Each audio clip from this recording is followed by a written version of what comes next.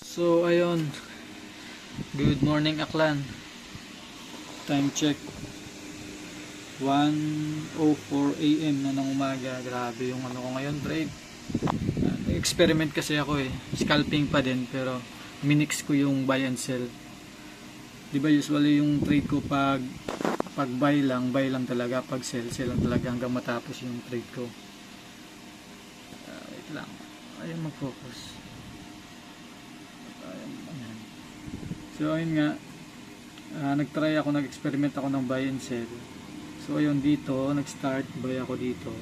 Yan, puro buy yan, nag-profit ako niyan. Tapos dito, pag bandang dito, nag-try ako mag-sell. Kaso yung nangyari, umakyat yung market. So nangyari, negative ako, grabing negative yan, tingnan nyo. Grabing negative yan. Yung ginawa ko, re-recover ko na lang, gumawa ko ng paraan para ma-recover yung talo ko dito. Panalo na sana dito kasi nga nag-experiment ako, minimix ko yung buy and sell. Pagdating dito, yan, buy naman ako, buy. Yan, hanggang nabawi naman. Tapos pandun dito, trinay ko na naman buy pa dito, nag-buy hanggang dito, buy. Kaso nung nakabay ako dito, bumaba naman yung price. Yun, negative na naman. So nag-isip na naman ako ng strategy kung paano mabawi yung talo ko dito. Yan, nag-sell na naman ako, nag-analyze konti ng market. So ayun, ang tagal na tapos, halos 3 hours akong nag-trade sa scalping.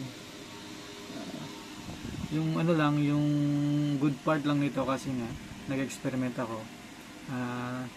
May mga part na medyo may na-discover din ako, may natutunan paano makarecover sa talo, ganun.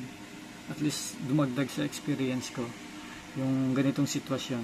Sinadya ko talaga kasing i-mix to para malaman ko kung paano makarecover sa pagkatalo. So yun, buy, pagdating dito sell. Pero usually yung ano ko talaga, isang bias lang. Pag nakita ko, pag nag-analyze ako ng market, pag nakita kong paakyat, buy lang talaga ko lahat hanggang matapos yung trade ko. Pag sell naman ganun, pag na-analyze ko pababa yung market, sell lang talaga ako hanggang matapos yung trade ko. Ngayon nag-mix ako. So kanina grabe yung negative ko, drawdown talaga. Pero ngayon kasi nga nagawan ko naman ng paraan, nag-profit pa din ako ito. Yan. Di ba kagabi, ano yan, 5,773 I think. So ngayon naging 5,954 na siya, almost 200